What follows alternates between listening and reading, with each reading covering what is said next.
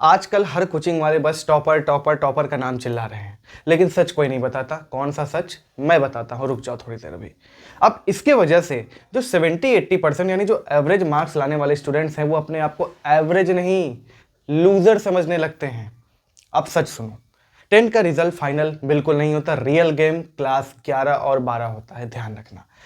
और ये भी बात ध्यान रखना, जो टॉपर्स होते हैं 95-96% वाले, वो भी लाइफ में आगे जाके गिर सकते हैं। और 70% वाला बच्चा भी जो है वो लाइफ में जीत सकता है। असल में क्या चाहिए होता है आगे के लिए? कंसिस्टेंसी। टॉपर होना सक्सेस की गारंटी नहीं है, लेकिन कंसिस्टेंट रहना गारंटीड सक्सेस है। इस बात को ध्यान रखना। तो सच ये भी है कि अभी सफ़र की शुरुआत हुई है। अभी जो सफ़र है उसकी शुरुआत हुई है।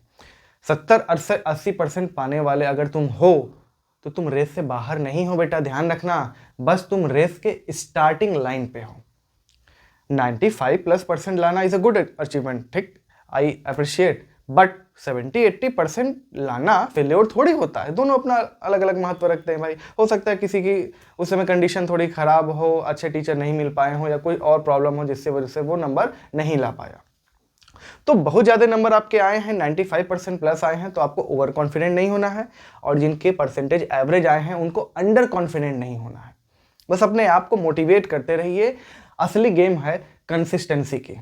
लाइफ में आगे जाकर हैबिट्स ही ज़्यादा काम आती हैं, इस बात को ध्यान रखिएगा। कंसिस्टेंसी जो होनी चाहिए वो वाली हैबिट ही आपके काम आएगी। परसेंटेज स्ट्रेंथ का बहुत ज़्यादा महत्व नहीं रखता, केवल आपके बर्थ ईयर ऑफ बर्थ या डेट ऑफ बर्थ के लिए उसका इस्तेमाल होता है। इस बात को भी ध्यान रखेंगे। और मैं उन बच्चों से भी कुछ बातें कहना चाहता हूं जिनके परसेंटेज कम आए हैं, थोड़े एवरेज आए हैं। तुम कम नहीं हो बेटा, बस तुम्हारा रिजल्ट जो है वो तुम्हारे पोटेंशियल को अभी रिफ्लेक्ट नहीं कर रहा है, ठीक है? तो परेशान होने की बहुत ज़्यादा ज़रूरत नहीं है। तुम्हारी जर्नी अभी स्टार्ट हुई है। जो टॉपर्स हैं उनकी भी जर्नी स्टार्ट ही हुई है। ऐसा थोड़ी है कि वो तुमसे 2 साल आगे चले गए हैं। भाई 11-12 उनको भी पढ़ना है, तुम्हें भी पढ़ना है। बस इतना ध्यान रखना, अगर तुम आज गिर रहे हो थोड़ा तो संभलना भी सीख जाओगे। तुम डीमोटिवेट हो रहे हो या तुम्हें कोई कन्फ्यूज़न है तो तुम्हें डायरेक्शन भी मिलेगी। मैं तुम्हें डायरेक्शन दूंगा, मैं तुम्हारे साथ हूँ। ध्यान रखिएगा, जो बच्चे कम परसेंट पाए उनको डीमोटिवेट होने की बिल्कुल ज़रूरत नहीं है। और एक बात ध्यान रखना, स्लो होना गलत नहीं होता बेटा, रुक जाना गलत होता है। आप स्लो चलिए लेकिन कंसिस्टेंटली चलते रहिए। अब जो जीतते हैं या लाइफ में जो बहुत आगे जाते हैं, बहुत बड़ा अचीवमेंट उनको मिलता है, वो अलग इंसान थोड़ी हैं, बस उनकी आदतें अलग होती हैं। इस बात को ध्यान रखिएगा। इंसान तो वो भी है ना, बस उनकी आदतें अलग होती हैं। तो बस ध्यान रखिएगा, परेशान नहीं होना है, मोटिवेट रहिए। All the best.